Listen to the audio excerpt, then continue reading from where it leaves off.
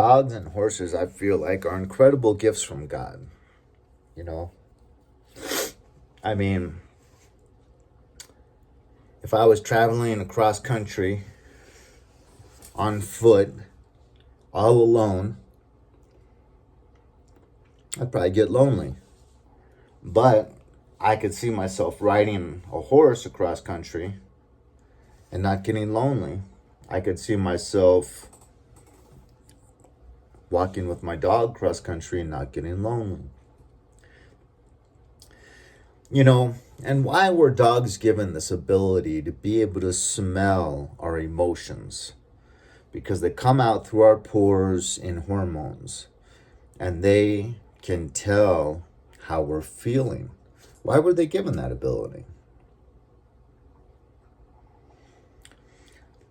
There's a young lady that lives in my apartment complex, and she has, I think it's like just a 2 or 3 year old dog, much bigger than mine, probably around 70 pounds. And for a 3 year old, the dog's pretty calm. But twice I spoke with her when I was kind of frustrated. And I kind of shared with her what was causing my frustration. And the dog it came up so gently the way it walked towards me, because it could smell that I was agitated, and came up to give me love and comfort. And this dog, I mean, the first time he did it, I didn't know the dog. I maybe patted him on the head once or twice. So it is amazing. But because of that, and as I always joke, I feel like, dog is God spelled backwards for a reason. I really do feel that all pets are a blessing. All animals respond to love. Whether it's dolphins in an aquarium learning to do backflips, whether it's a squirrel, people you see, muskrats, hedgehogs, prairie dogs. You see people form relationships with all kinds of animals. As long as you're patient and you allow them the time to develop that trust in you, you can develop a relationship with almost any animal. And the key ingredient is love. All animals feel this love. But, obviously there's serious predators that, one day might just, their instincts kick in, and like a tiger. And Sigmund and Roy in Las Vegas, they got killed by the same tigers that love them. I feel they had a loving relationship with their tigers, but obviously, really serious predators can kind of go off the deep end. Even wolf, dogs' relatives, they have so much wild instincts that, or that chimpanzee that tore the woman's face off. They were together decades, and this chimpanzee just one day ripped his own. But dogs are different, As long as you're a good owner to your dog, they're not going to turn on you. I grew up with a Doberman Pinscher, and they used to always say that Dobermans will attack their owners on occasion. And so it was always a little bit scary with Othello was his name.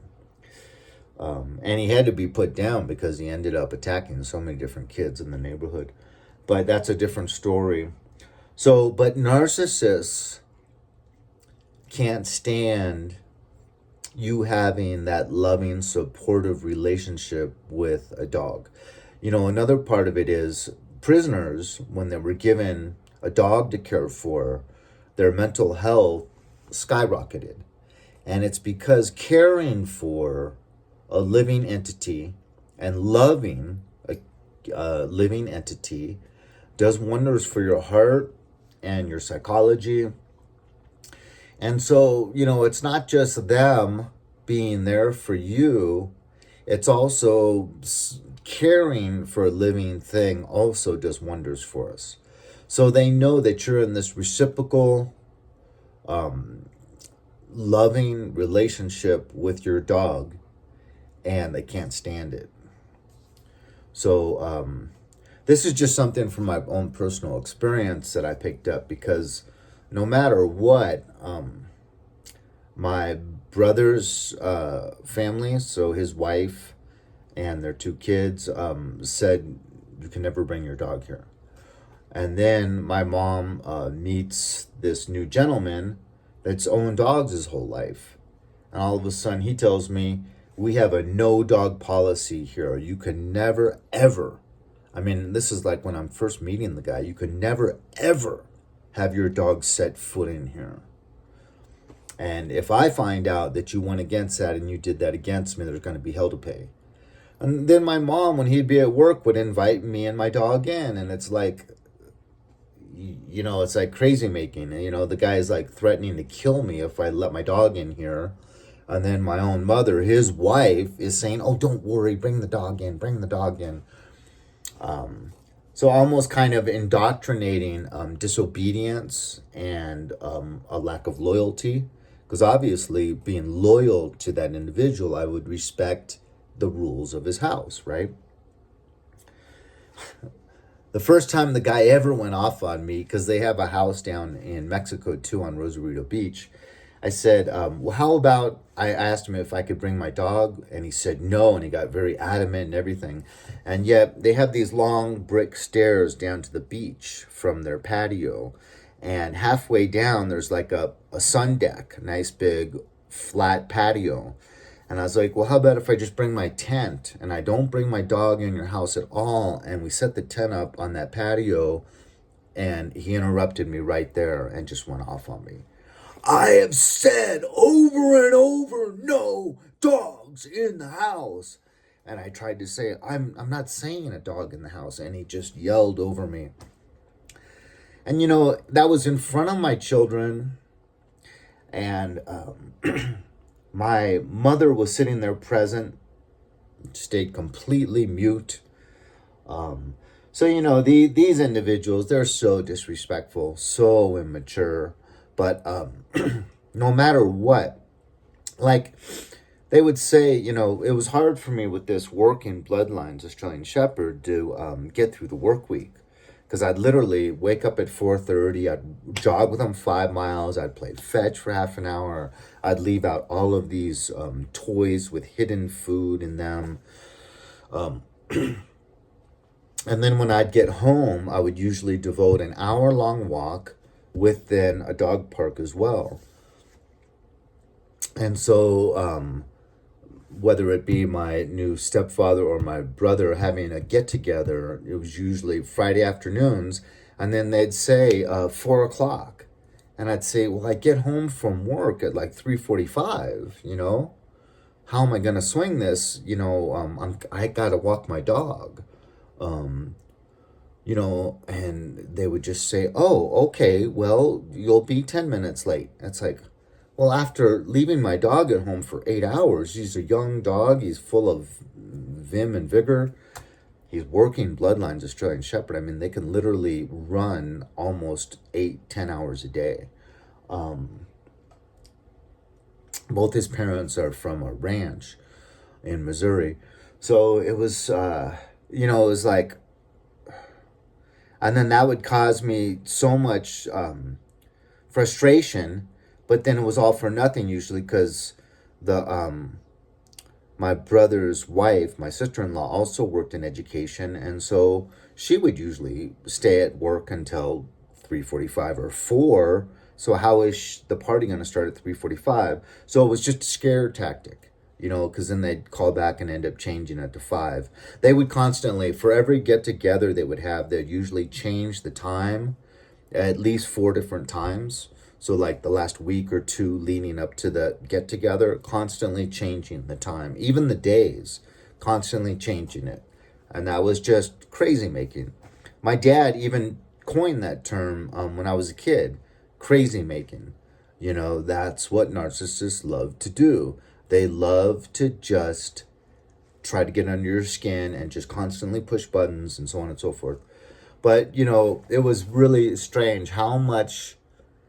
And you see, me and my kids bonded over the caring for the dog. For about 2 years, they wanted me to mainly read nothing but Cesar Millan's dog, the Dog Whisperer, read his books to them before bedtime. So they actually didn't want me to read their little Disneyland fairy tales anymore and wanted me to read How to Care for Dogs. It was amazing. And it was really written at like probably a fourth or fifth grade level. And so it was very easy for them to understand. But anyways, there you have it. There's my 2 cents on how I think narcissists, if you're within a narcissistic family cult and you get a dog that you love and that you have a lot of fun with, and it keeps you light and keeps peace in your heart and gives you laughter because you get to see the antics they do in the dog park or trying to chase the frisbee or whatever. And they don't want that.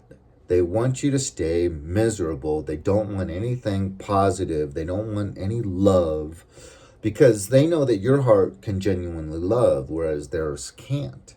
And so they see that genuine love that you have and they're envious. And so they can at least hurt you by betraying that genuine love over and over and over and over.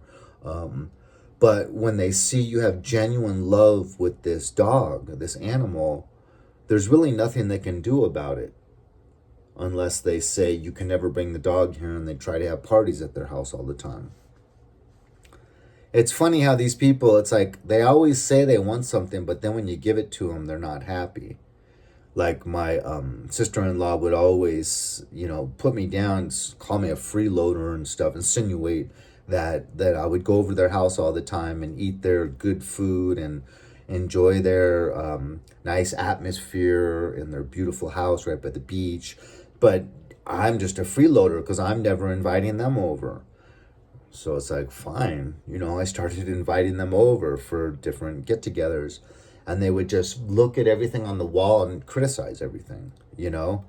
The immaturity, it's just amazing. Because my kids, I mainly had pictures of them from when they were babies. And so the ex-wife, or my sister-in-law, would always walk around and point that out. That's ridiculous that you have no pictures of them presently. And I actually did. I'd be like, no, there's a picture from my daughter a few months ago on the track team. There's a picture of me and my son with our dog. No, it's just, you know, and literally I'd explain it like that, and she would mention it 2 or 3 more times in one get-together. It's like, I just spent like 5 minutes addressing that, and you're bringing it up again? You know, trying to rub salt in the wounds. You know, what are you trying to say? That I only had a good relationship with my kids when they were young? I guess that's what she was pushing. You know, these people, man. But anyways, a dog is a good thing, and it's so funny how narcissists can't stand you having that love, that unconditional love. Leave a comment, hit like. I'll talk to you later. God bless.